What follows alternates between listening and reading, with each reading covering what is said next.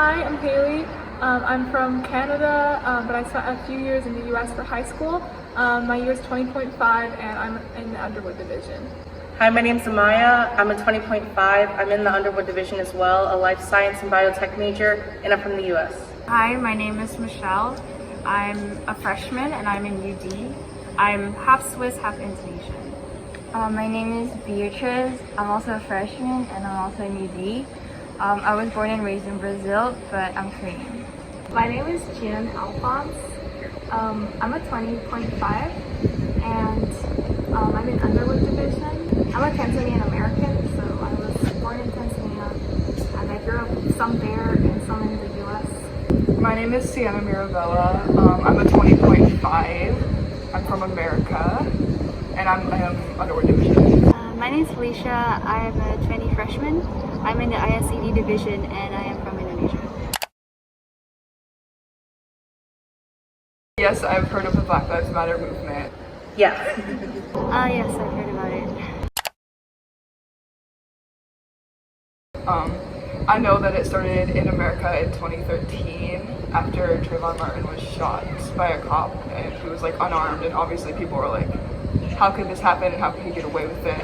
I remember after that they had all the like hoodie protests and things like that going on. In 2020, a lot of the events that have happened with Black Lives Matter sparked from the murder of George Floyd, and that has created a huge support for the movement this year, especially in the past few months. It's a long time coming movement where a lot of Black people in America are asking for most of their rights back. I think it's a worldwide movement about racial inequality and coming together basically to support minorities. Like up until now, we are still having lots of protests like that for all the different victims of police brutality, and yeah, it's taking a stand against the systemic racism in the US and also just everywhere. It's like a social political movement that wants to end violence against people of color, especially Black people. Yes, I think.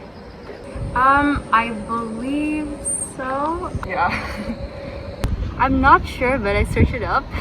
So is it the black, all the black squares and posting pictures on your story? I think it's when people kind of speak out on a matter maybe once or make a post about it or something like that, just one time to show that they are part of the movement, but they don't really say anything else about it or defend people of color in their everyday lives. I know that a lot of businesses also do performative activism, where even though they don't really believe in the movement or things like that, they will advertise themselves as being for Black Lives Matter and put signs and everything, but they don't actually have any actions to support the movement. And it's just like a marketing tactic that they use. It reminded me of it was a celebrity, I think it was Kylie Jenner, maybe. I'm not sure if it was her. But she posted on her story and she was like, I'll donate $20 for every person who reposts this story. And we were like, I'm almost a billionaire.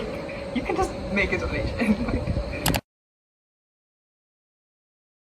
Maybe a tad, because it does put a post out there for people to see, but it doesn't do much beyond. A lot of the times it's only beneficial for the person themselves, because they're making themselves look a lot better. It's not beneficial throughout all of life. They're gonna stop. If they had to make a choice, it wouldn't be for the Black Lives Matter movement.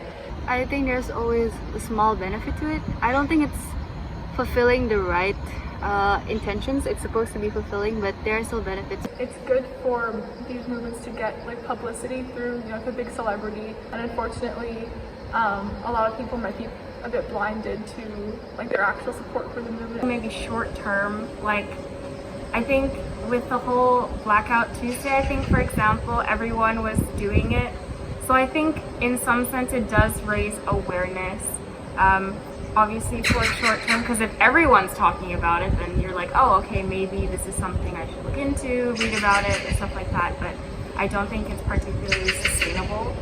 I live in Indonesia and most of my friends and followers are Indonesian too. and most of them didn't know about Black Lives Matter until we all started posting the black squares.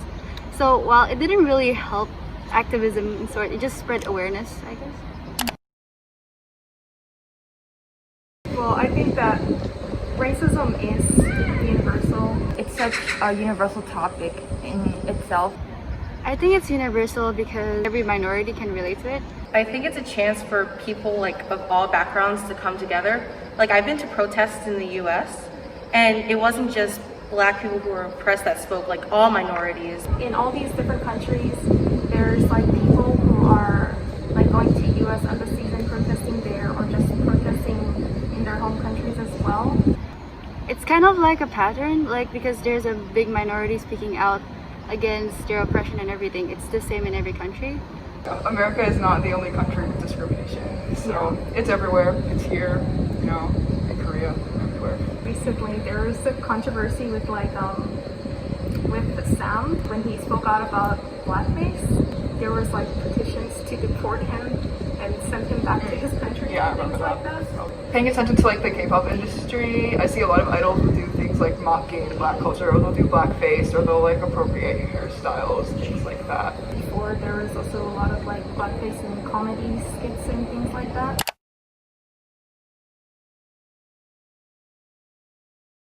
The really funny thing about Indonesia is there's total media silence, like when it comes to activism and everything. So I'm Chinese and I live in Indonesia, so I'm a minority. We have a lot of incidents, like for example, there's something that happened in '98 where like a lot of Chinese homes were burned down and raped, and like a lot of the women were raped, but nobody talks about it, and it's not part of Indonesian history. But because of this Black Lives Matter movement, people are starting to think and like looking back at our own country are like, what are the things we've missed? What are the things we've stopped talking about and like not reporting at all? So A lot of people think that racism doesn't exist in Canada, which is really unfortunate because it does, and it is a very big issue. Like things like wage gaps are really, really huge, especially I think in Toronto, like third generation like young adults who like Black Toronto citizens earn $32,000 a year on average, and then the same age, like third generation, like like suppressed people, they earn I think $48,000 a year. Also, 90% of Black teenagers in Canada want to go to college, but only around 60% think that they actually can get there one day. I think Switzerland actually has also had a few issues with open racism against Black people. There was a case a few years ago in which Oprah came into a store in Switzerland and she wanted to buy an expensive bag, but the shopkeeper asked her if she was even rich enough to afford that bag. It's more low-key in a sense, like we see it not just with racial slurs or physical violence, but there's just so much internalized racism across the board. I mean, I'm personally from Florida, which is kind of where it started, so yeah, we've seen a lot of things like protests, but I think there's been some good changes. In Brazil, since it's such a diverse country ethnically, so there are many Black people, there are many brown people, like there are from many races. So I think we're already kind of open in the topic of racism. However, there's like a lot of cases where racism towards especially Black people were seen, and also Asian people. I spent my elementary years in Minnesota. That's where like all the big protests were happening, like around June. And like also my sister, she still lives over here. So during that time, it was kind of scary. There's like a lot of riots and things like that, but also just people who were peacefully protesting. They were met with like there was lots of police, and they were like putting like tear gas everywhere and things like that. I'm completely for Black Lives Matter. Also like 100% also important, yeah. I mean, of course I support it 100%. Yeah. Yeah. I really support it because I think it's amazing that people are still fighting for equality, and people are still bringing light to issues that are like hidden forms of racism that nobody really talks about.